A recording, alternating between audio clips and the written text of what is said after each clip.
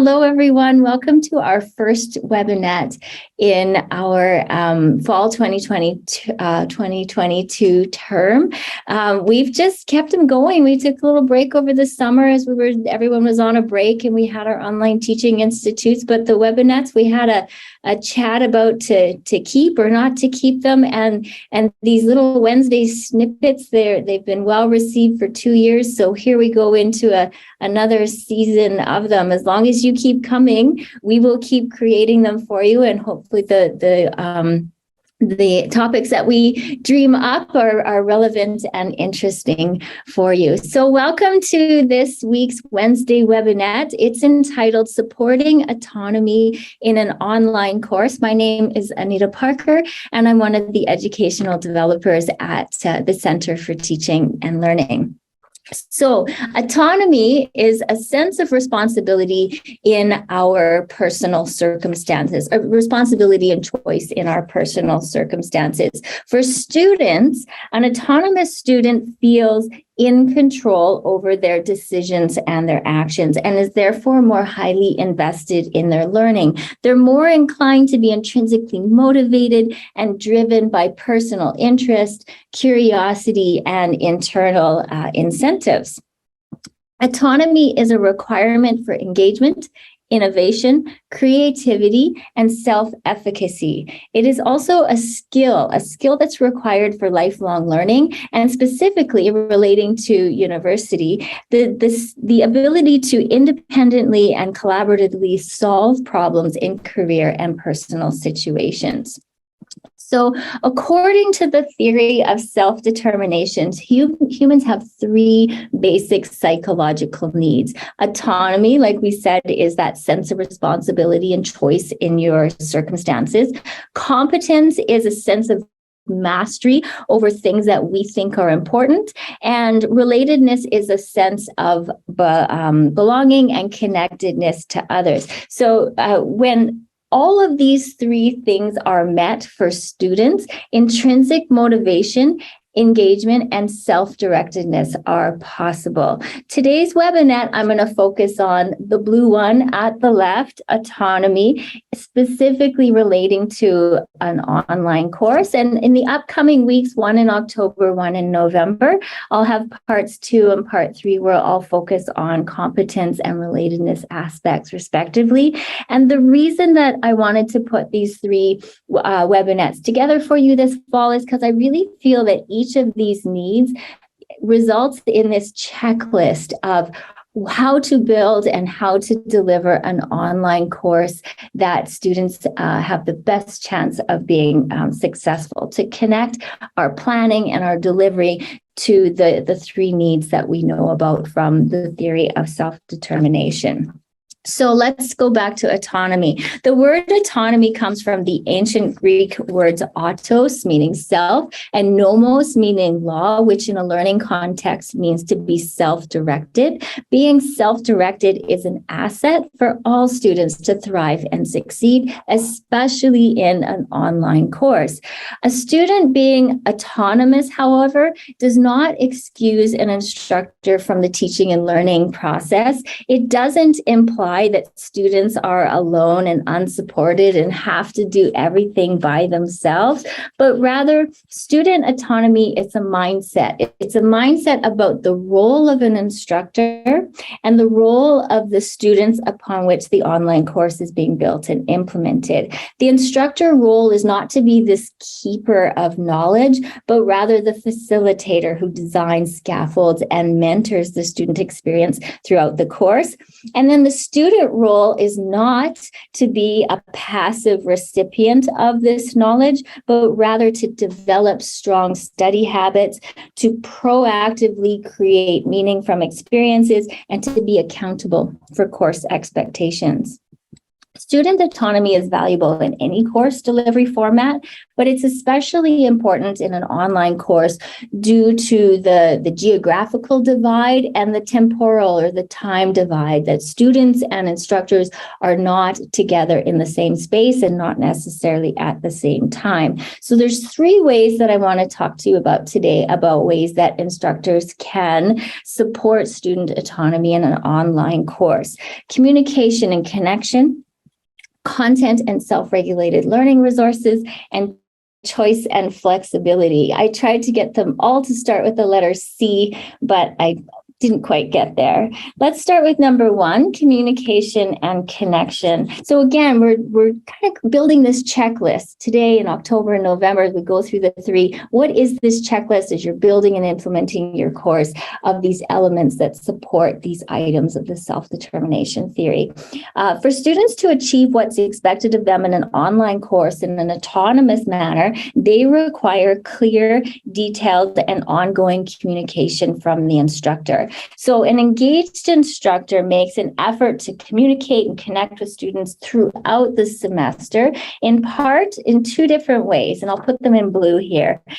Information about course logistics, information about activities and assessments. These are 2 important elements of communication and ways to connect with students.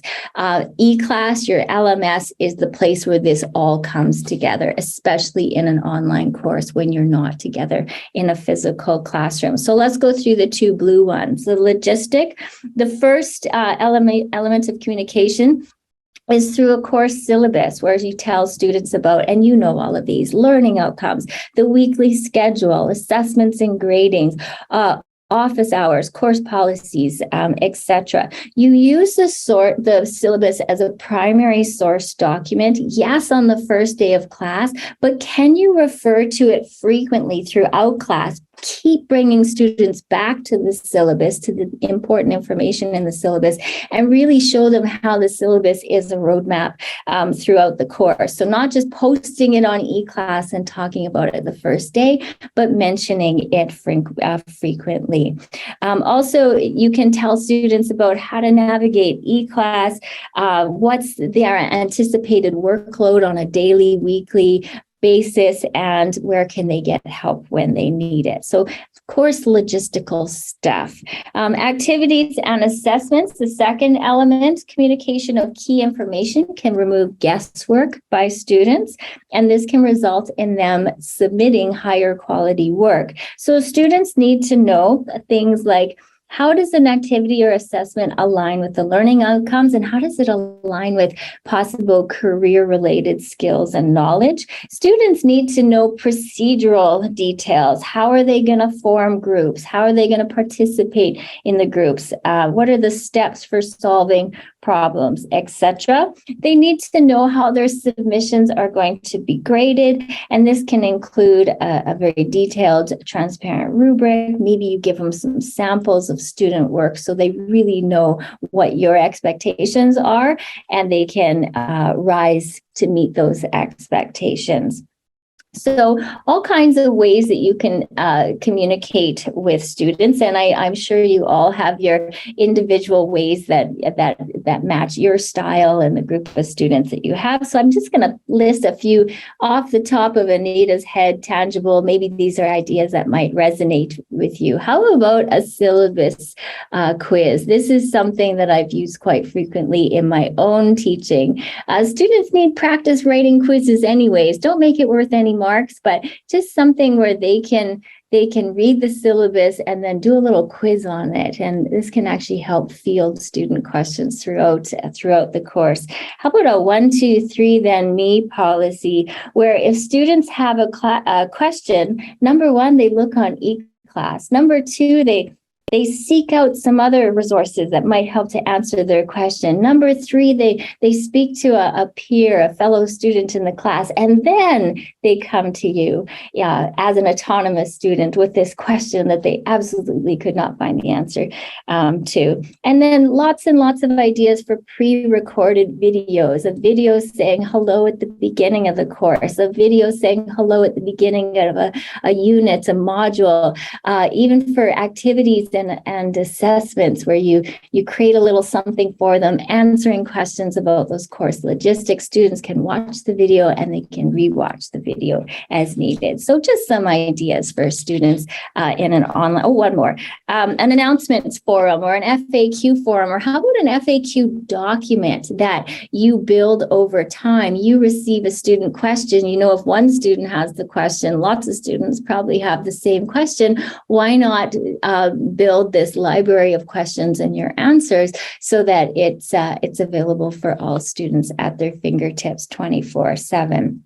So that's number one, the communication and connection. Here's number two of the main three strategies: content and self-regulated learning resources. For students to engage with discipline-specific content in a course in an autonomous manner, your learning materials, your readings, videos, web links, they need to be interesting and relevant and well presented and of appropriate difficulty. And can you provide some extra self-regulated learning resources such as supplemental study guides, tutorials that can help students learn how to learn? It'll help them learn the content, but also help them learn how to become even better learners in general. So the two blue ones, that first we'll go through content first and then the other resources after. Content decisions can be guided by UDL principles, Universal Design for Learning principles, such as providing text in a digital format to allow the use of screen readers, providing color combinations with a high contrast, such as black letters on a white screen, on a white background, using large, bold sans serif fonts on visual presentations with uncluttered backgrounds and not too much text on any one slide, and providing captions and transcripts for video and audio files. And that's just a quick list of some UDL considerations as you're preparing your learning materials for students there. How about the self-regulated learning resources? How do students learn how to learn? What kinds of things can you help them to be autonomous? How can they know how to set goals and manage their time? How do they interact with the materials that you give them, such as watching or reading or making notes, and how to prepare for exams or other assessments? How to work independently as well as collaboratively? How to use the educational technology tools that you might be using in your course, and how to get help when they need it from peers, from instructors, or other resources. So that was 1 and 2. Here's number 3, choice and flexibility. For students to have a sense of ownership and investment in their learning, it's really helpful if they have a degree of choice and flexibility about how they engage with the course materials. Of course, an online course, an online course in general has flexibility and choice built into it, because students aren't in a physical classroom on set days necessarily. So they already have a bit of an opportunity to balance their life commitments with their studies. But are there some additional things that you can bring in terms of choice and flexibility, such as assignment topics and negotiable course policies? Let me go through each of these. Let's start with the first blue one. Assignment topics or assignment flexibility ideas can relate to a topic of an assignment. Maybe you have a list of topics for students to choose from, or you ask students to propose a topic and come to you for your thumbs up with that. Maybe the flexibility has to do with the medium. Are they going to create some kind of text or audio or visual or performance type of medium? It could be the opportunity to work alone or with a partner or a small group. Maybe there's some flexibility there. Excuse me. And perhaps maybe it's the whole pathway. Students can choose from one or more assignment pathways and the product format. For example, can students spend their time writing a traditional research paper, or can they spend their time developing a really snazzy, colorful, entertaining multimedia presentation? the degree of choice that you give students to, in with an assignment is not necessarily, it's not a one size fits all. There's lots of factors of feasibility that you would consider, such as your learning outcomes. Do all the choices meet the learning outcomes for that assignment? Is there consistency in the workload among the choices? And what about your marking workload? Don't forget about you as well. How about course policies? Is there some room for flexibility there? Absolutely. You could have some anonymous surveys or class discussion. You might have to nudge student discussion along the way to the policies that you want to have, but inviting student input either anonymously or through discussion and voting can be a very great strategy as well. What can you ask them about? How about policies relating to attendance, punctuality, participation, due dates, late and missing assignments, makeup tests, use of exhale? Could you see how many policies every single course has? Involve students in that process if you can. Of course, again, there's some factors of feasibility and the suitability of that option for a given course, but this is just some food for thought for you today. So in conclusion, the primary role of an instructor is to guide students through their learning and to support them being autonomous. This might be a bit of a shift or a lot of a shift as you step away from the lectern and instead design and facilitate meaningful student-centered experiences. And again, here are the 3 ways that are on our checklist for designing and building your online course for autonomy in mind: communication and connection, content and self-regulated learning resources, and choice and flexibility.